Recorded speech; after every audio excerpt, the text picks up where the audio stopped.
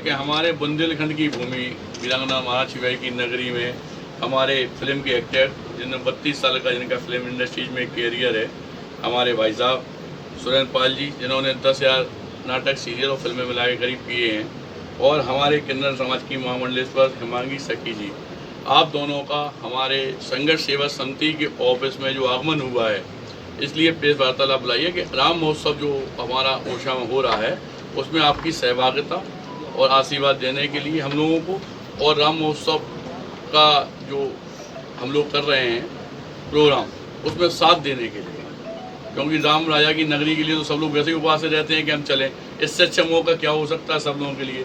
इसलिए हम लोगों ने निवेदन किया, मैं सखी जी से और भाई साहब सुरेंद्र पाल जी से, तो ये लोग यहाँ पे उपस्थित हैं, और हमारे चूँकि झांसी में आप लोगों के चरण पड़े हैं हमारे ऑफिस में, तो आप लोगों को वार्तालाप के लिए इसीलिए बुलाएं कि आप लोग अपनी बात कह सकते हैं, क्योंकि एक दिन 2 दिन का प्रोग्राम आप करके आ रहे हैं ओरछा में राम राजा की नगरी में। बुंदेलखंड में बहुत सारी प्रतिभाएं हैं, उनके बारे में क्या कहूँगा। बहुत अच्छे अच्छे कलाकार बुंदेलखंड से ही निकलकर मुंबई तक पहुँचे हैं। मैं स्वयं बुंदेलखंड का हूँ। हमीरपुर में मैंने अपनी पढ़ाई की और जमुना और बेतवा नदी के बीच में ही रहा हूँ।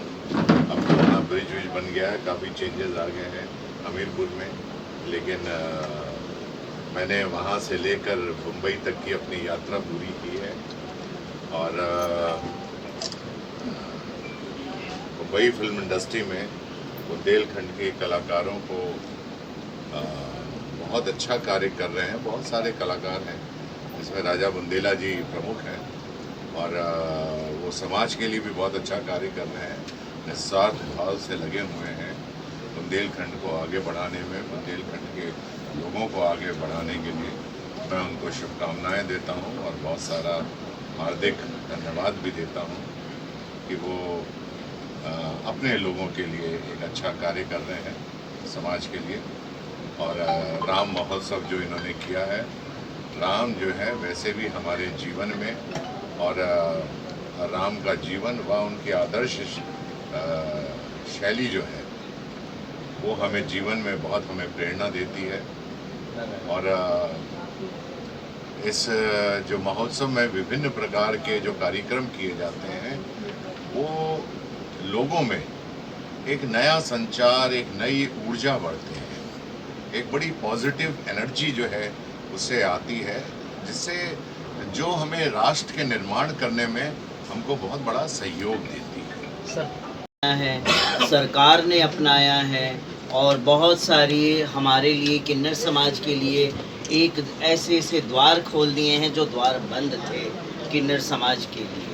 पहले कभी किन्नर समाज के लिए किसी ने नहीं सोचा था, मगर सरकारें आज किन्नर समाज के लिए भी सोच रही है।